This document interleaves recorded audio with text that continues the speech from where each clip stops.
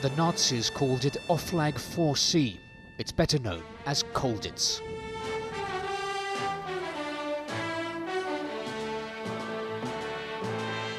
Locked away in a medieval castle, this prisoner of war camp was supposed to have been escape-proof.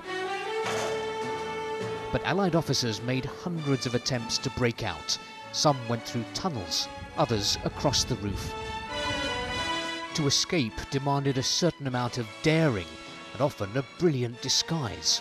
Most attempts failed, but 32 POWs got out and made it home.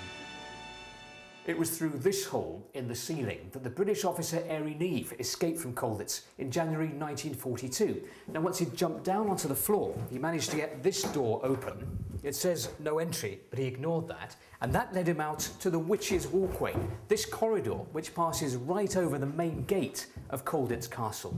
And at the end of the corridor, the door to the German guards room. When he got through here, Harry Neve dressed up as a German soldier and walked out of the castle. It was the escapes from Colditz which turned this place into a legend.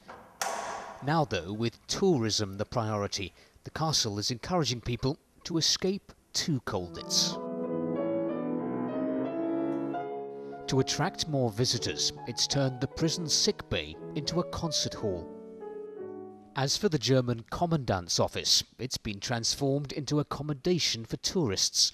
Colditz Castle now being marketed as a holiday destination.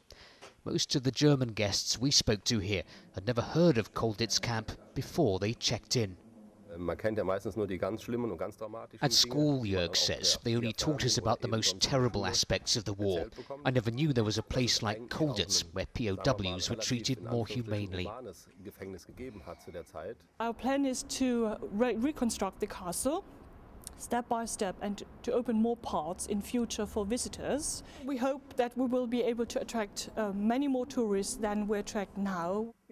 One man who welcomes the castle's revival is Alfred Heinrich.